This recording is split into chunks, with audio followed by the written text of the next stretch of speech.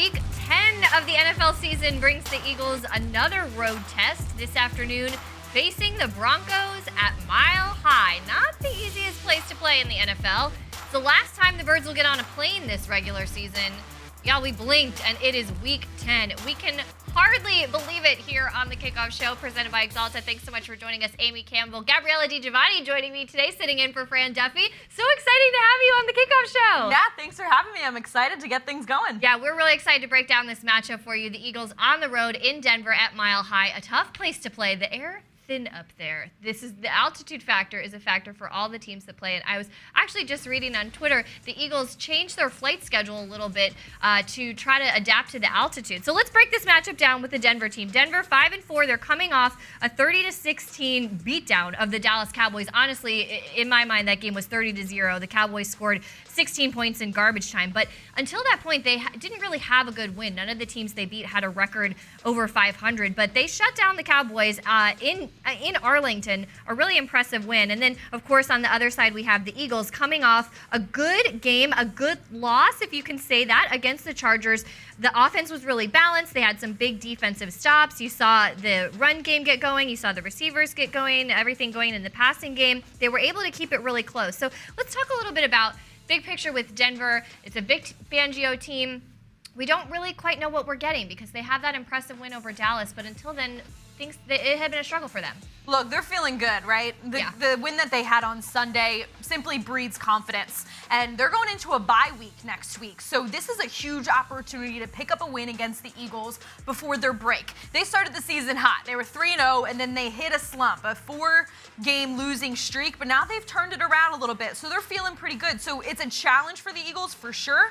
But the Eagles have had a lot of success on the road. All their wins this season have come on the road. So who's to say they can't do it again today in Denver? They're 8-5 all time against Denver, and it's time to get in the winning column for the Philadelphia Eagles. Well, and I think it's a good point about the Broncos. You know, this is their last game before they have a bye week, and Teddy Bridgewater was talking about, look, it's easy to see that bye week coming up. It's easy to look at the Eagles' record and say, okay, we got this week and not pay attention, but they don't want to fall into that trap. So they are going to be, of course, as they should every week, giving the Eagles their best effort. But let's talk a little bit about the Eagles quarterback and the matchup for him today.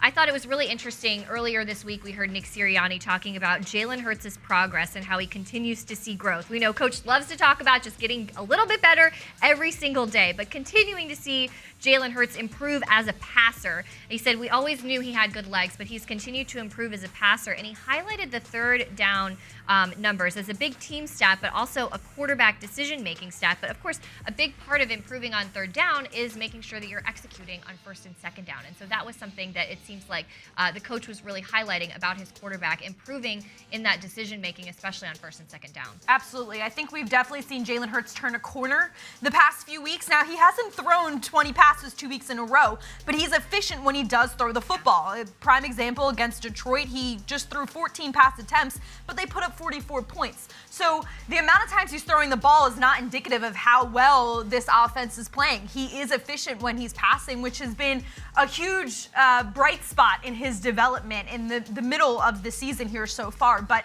of course, he has been the leading rusher in 6 of the games this year. We can't forget what Jalen Hurts does with his legs, right? That's his weapon. That's kind of his bread and butter. But to see him find that balance with his arm and his legs is where we're now starting to see this offense shine. And of course, we cannot talk about this offense with talking about kind of their identity that is starting to form, especially the past few weeks, now that they've got the run game going. Yeah.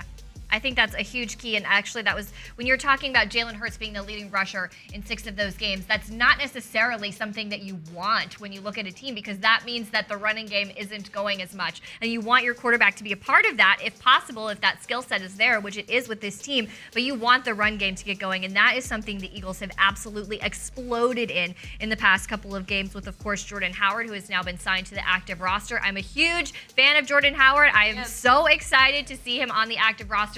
I think what he's done in his time as an Eagle both times, he's been such a huge part of opening up this offense. And the way they've been able to get the run game going with him, and of course the other running backs there, Boston Scott, Kenny Gainwell, it was a question that a lot of people had throughout the beginning of the season.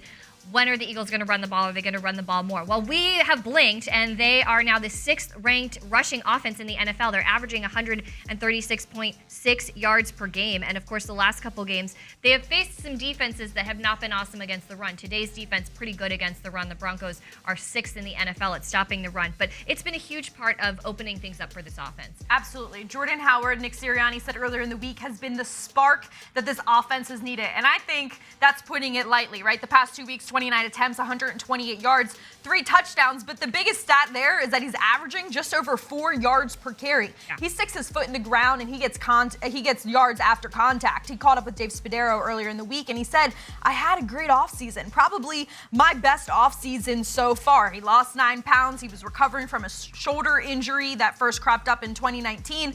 And that's really translated into the work that he put in during camp and the preseason. So it's from a human standpoint, you love to see a guy get that opportunity and have his number called and really perform. But from a more technical standpoint, he has now allowed Boston Scott and Kenny Gainwell, that rookie, to kind of learn and to give them opportunities himself because he is just chipping away. And in addition to that, he obviously is providing Jalen Hurts with more options. And he's allowing this offense to be very efficient on 1st and 2nd down so that on 3rd down, that's where they can have a little fun. Have a little fun. I love it. Let's take a look at the offensive starters for the Eagles today, the guys that are going to be out there. And, of course, this guy, Devonta Smith, the birthday boy, 23 years old today. Pretty impressive what he's managed to accomplish in his 23 years. And, of course, especially in his rookie season, he just continues to get better. And that's saying a lot because he came in here with so much hype, a really, really high floor, especially, Heisman Trophy winner, what he did in college. His college career was prolific. And so he was a star coming into this Eagles offense. And not only is he not disappointed, but we continue to see him get better every single week. He's coming off of a 166 receiving yard performance. He's 3rd among rookies in receiving yards with 537. He's helping this team get the big plays going a little bit. 9 receptions of 20-plus yards. He's been a big part of this offense, opening things up in the deep ball passing game. And, of course, his relationship with Jalen Hurts. Those two have such a great connection, which can't be overstated, but he just continues to improve and open things up for this offense. Like you said, it was his 2nd 100-yard game last week. He's on pace for 1,000 yards this season, but his route running is what just catches your eye. He's so smooth. He gets separation, and like you said, his relationship with Jalen Hurts, that's what we've seen kind of develop and even attribute to Jalen Hurts' development as we go on here because now he knows he has a guy downfield. He knows he has someone he can connect with. He doesn't always have to rely on his legs when your wide receiver is playing the way that he is. And so I think this is going to be a huge game for Devonta Smith. I'm excited to see what he can do. But like you said, when you're a Heisman Trophy winner and you're drafted in the 1st round, there's a lot of hype that comes with that, high expectations. And he's slowly starting to show us why you pick Devonta Smith in the 1st round of the NFL draft. Absolutely. This offense is going to be facing a really, really stout Denver Broncos defense. And look, I mentioned they're number 6 in rushing defense in the NFL, but they're number 8 in passing defense. So there really is not a lot of weakness when it comes to this Vic Fangio team. And of course, Vic Fangio, just an iconic veteran defensive mind. The defensive coach of many of the NFL's storied defenses. They're giving up just 17 points a game. That's 2nd in the NFL in points per game allowed. They do a lot of tricky things. We'll continue to break it all down. But just what stands out to you overall about this Broncos defense and the challenge it's going to be for the Eagles today? We start talking about Vic Fangio, and that's right. He is a defensive-minded coach. And in today's NFL, we don't see too much of that anymore. We see these high-power offenses. We see these head coaches being hired out of, these They once met Sean McVay, so now they're hired as an offensive-minded head coach. Exactly. And that's what's hot. That's what's working. Coming from these coaching trees where, it's a lot of passing in the NFL today. So I think that adds a little nuance to this Denver team and this defense that the Eagles haven't yet seen. So we can't forget Fangio being the mastermind of this team.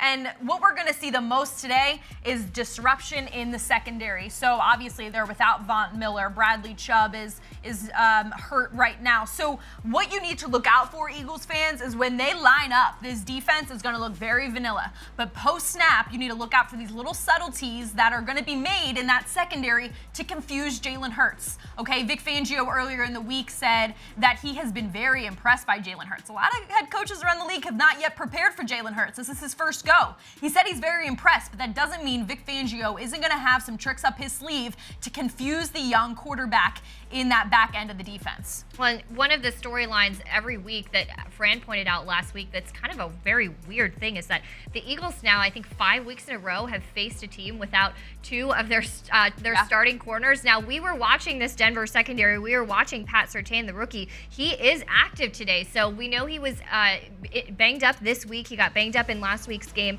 against the Cowboys, but he's active today. He is a phenomenal rookie, former Devonta Smith teammate as well out of Alabama. But the Denver secondary, especially with the safeties, is where they really get things done, and they do a lot with them. You talk about just that eye trickery, right? It looks very vanilla, but they do a lot of things. It's Kareem Jackson and Justin Simmons on the back end. These are the team's leading tacklers. Jackson has 59 tackles, 1 interception. They use him in several ways. He'll be all over the field. And then Simmons, 42 combined tackles, 3 interceptions, 8 passes defense. So a lot of stuff going on with the secondary. And then I also just want to kind of highlight in the cornerback situation here. We don't know what we're going to see with Patrick Surtain today, but our old friend Ronald Darby could be on the field today at the cornerback position for the Denver Broncos, as well as Kyle Fuller and Nate Hairston, who could be filling in with some of the injuries that they have there as well. So, look, a lot of challenges that the Eagles are going to have to be really disciplined in the passing game. Is there a matchup that is especially intriguing for you today? We haven't talked much about the Eagles' tight ends. How do you see them fitting into this picture? Yeah, the tight end group has definitely been a huge storyline for the Eagles so far this year. Dallas Goedert really assuming that TE1 role here. But last week, the Eagles were lining up in a lot of 13 personnel. You saw 3 tight ends line up. You had Dallas Goedert, the rookie Jack Stoll, and Tyree Jackson making his NFL debut last week. Such a fan of him. Yeah, he was a big name through training camp, caught a lot of... Aw, hey, Richard Rodgers. Sorry, that's adorable. Look at how I got distracted. They're all best friends. I love it.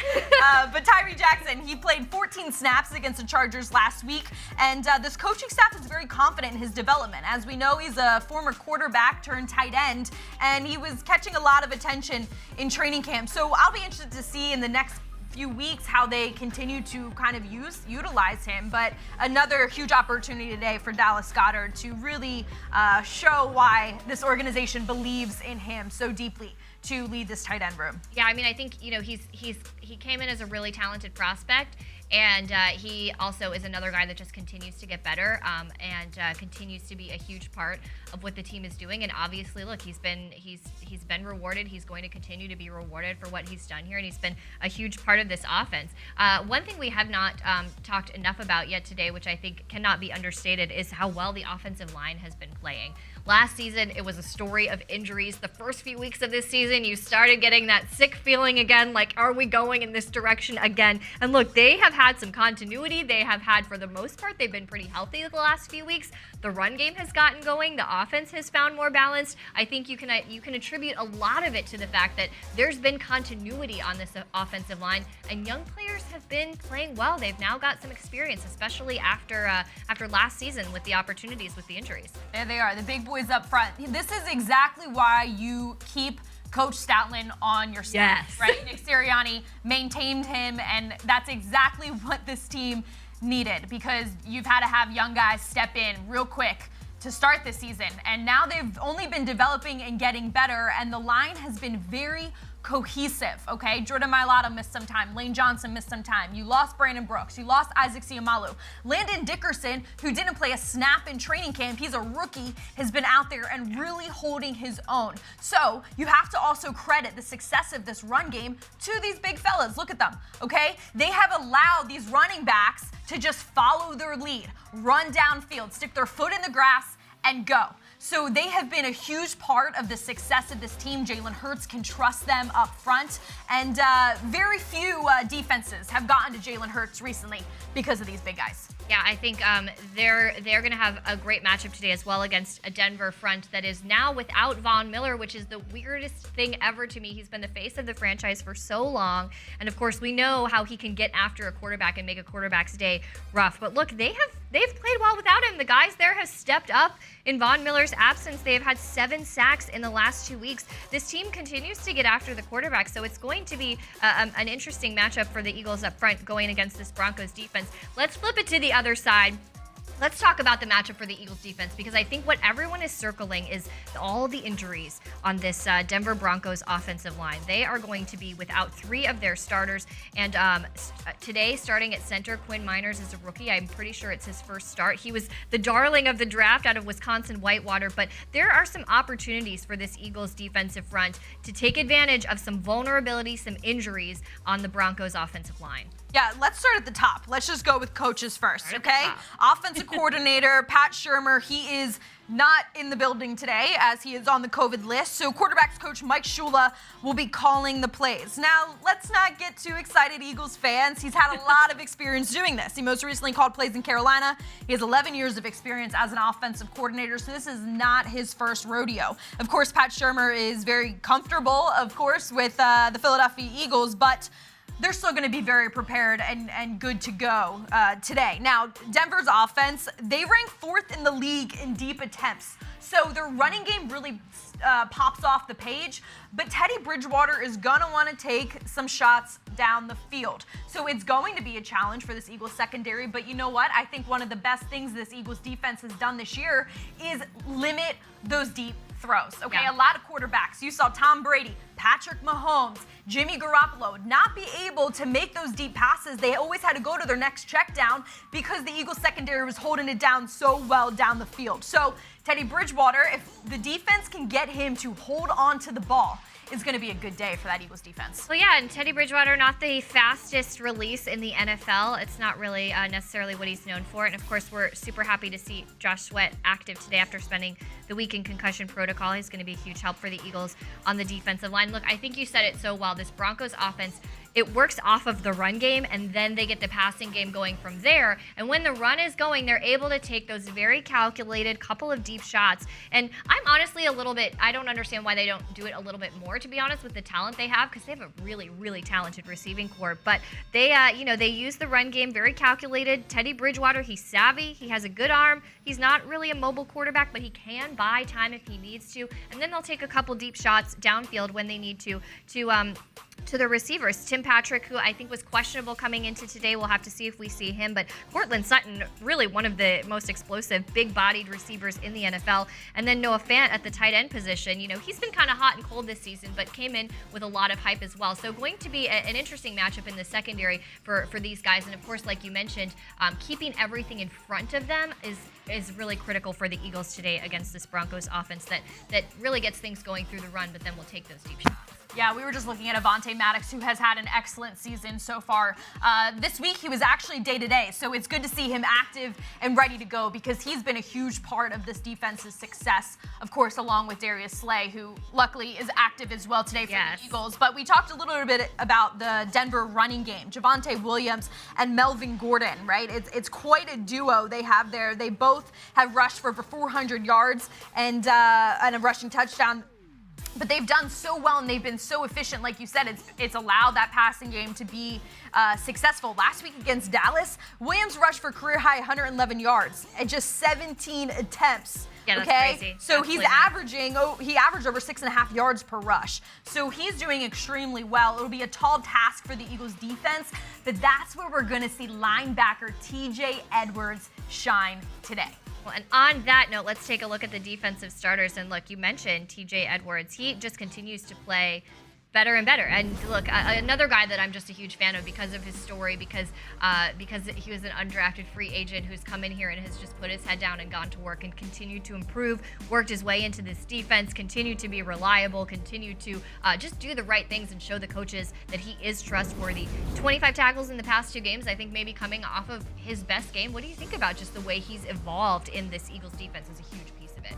ball hawk, right? Wherever the ball is, you can find TJ Edwards going after it. Also, he's been a great mentor to the young guy, Davion Taylor. I think the duo, the two of them working together, obviously Davion's young and he has some kinks to work out, but the fact that he's getting these reps alongside TJ Edwards, who has been so productive and effective downhill, I think is just making this linebacking core better and better every week. Kind of struggled earlier on in the season. We didn't know what to expect from this linebacking core. But TJ Edwards has kind of taken the reins and he has played extremely well. I can't wait to see the matchup today of him and Javonte Williams. Yeah. I think that's going to be one of the star matchups we'll see out on the field today. Well, and look, you talked about both of these running backs, but I think it can't be overstated that these are two running backs who have both rushed for over 400 yards so far this season. They're both hard to tackle. They have a little bit of a different game, but they're both pretty much downhill running backs.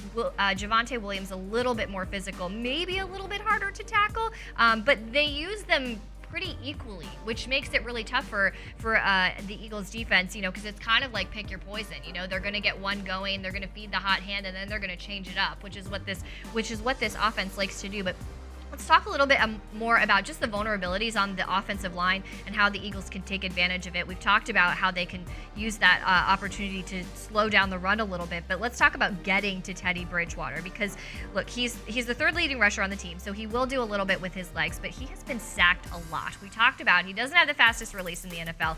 He was sacked 4 times against Dallas, and he's been sacked 26 times this year, so some opportunity for those guys to get home up front. Huge opportunity for that Eagles defensive line, and good news, as you saw in those lineups, Josh Sweat is active. He was in concussion protocol all week, so that is huge for the Eagles up front to get to Teddy Bridgewater and pressure him. The Eagles have been blitzing at a higher rate recently. Will they do it today? Who knows? It'll depend on what Denver is showing them. But I think the Eagles defensive line has been a strong suit, and look, if they can start getting to Teddy Bridgewater and they can sack him, as we saw in that Detroit game, it became contagious. Yes.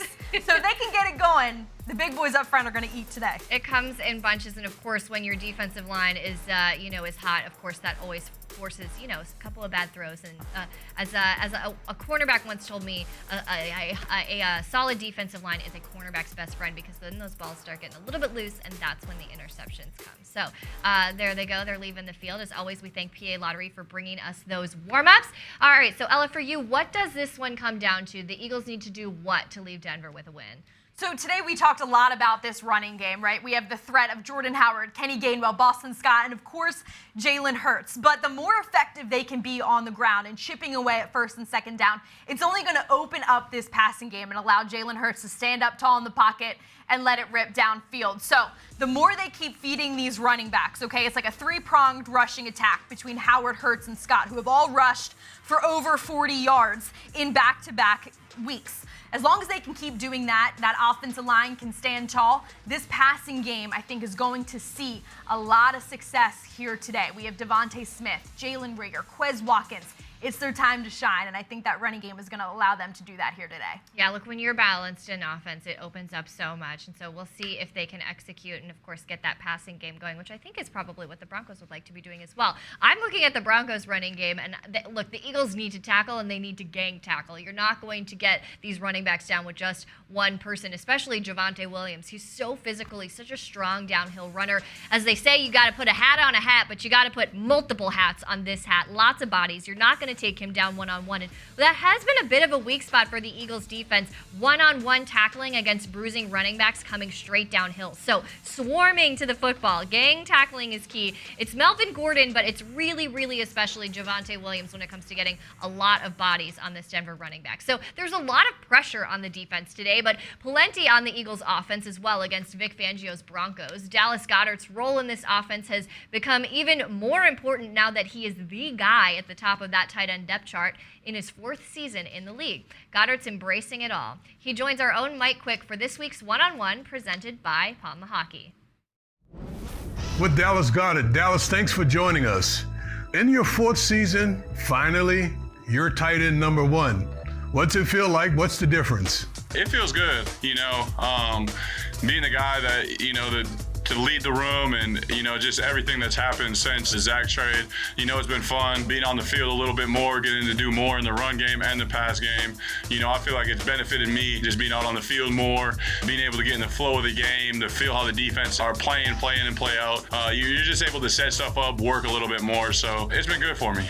You mentioned the room. Let's talk about the room a little bit. It's a little different now with Tyree, Jack, Noah. Tell me about the room now. It's definitely different. I went from the 4 years I was here being the youngest always to now kind of the oldest. Tyree's first year playing tight end, Jack's a rookie, Noah's a young second-year player, and then we got Rich in there who's been in there for a while. But it's just a good dynamic. We got young guys that work hard and want to learn and get better each and every day. So it's really easy to go in there. We have fun, but when it comes time to it, I feel like we work really hard and we focus on the little details, our assignments, and what we need to do our job to the best of our abilities. Got a question about last week's game. I thought the tearaway jersey was long gone, but I saw you catch a pass going down the sideline, and then somebody starts to rip clothes off of you. What was going on there?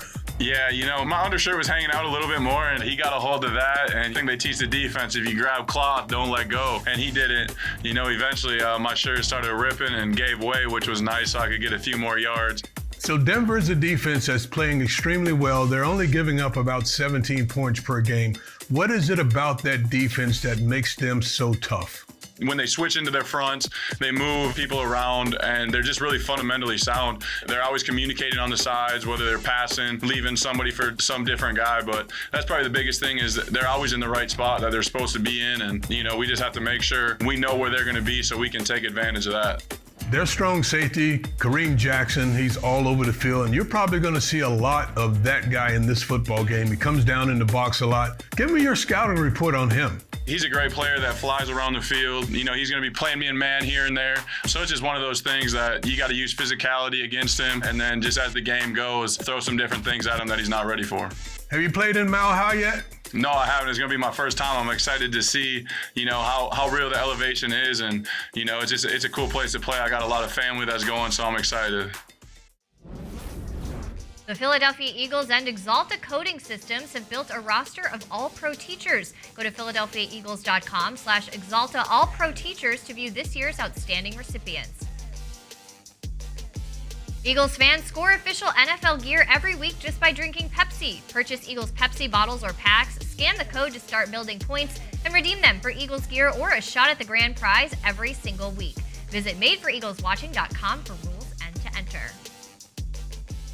So, of course, we just heard from Dallas Goedert with Mike Quick a little bit more about just his journey right now. He's the #1 tight end on the depth chart. We have said it a million times. If you're playing bingo at home, you've got that square. But what I really liked about what he said was that he loves being the top guy on the depth chart, not because it's more playing time, not because it's more catches, but because it gives him the opportunity to set up the defenders, to set things up on defense. That continuity gives him a chance to let the defense think they know what he's going to do and then use that against him. I thought that was a really savvy way of looking at it. Look, Dallas Goedert is the ultimate team player. He will do anything that is asked of him and required of him for this Eagles offense to be successful and for them to win the football game. Okay, we cannot forget that his whole time here in Philadelphia, up until very recently, he was learning alongside Zach Ertz, okay, who is the embodiment of leadership, who is the embodiment of what it takes to be a good tight end in the league. And he is taking the reins from Ertz, and what he's done with that since then has been everything that is remarkable, okay? So he is a huge leader with Jack Stoll, with Tyree Jackson, and then he goes out there, he takes the field, and he is a difference maker every single time, every snap. Yeah, absolutely. It's been really exciting to see just him continue to grow in this Eagles offense. So Eagles fans, there's a new way for you to get a recap of each game. Check out our voice app on Alexa and Google devices. For more info, go to philadelphiaeagles.com/voice. And of course, we will be bringing you a full recap of today's show immediately following the game on the postgame show presented by Rico. Be sure to join us along with Ike Reese for instant analysis and reaction, as well as hearing from coaches and players live. We are about ready to get things started in Denver. How are you feeling about this one? Let's do it. Yeah. I'm ready. Let's go. We will see you on the other side. The Eagles look to get a win in Mile High before they head back home to Philadelphia. Enjoy the game, everybody, and go Birds!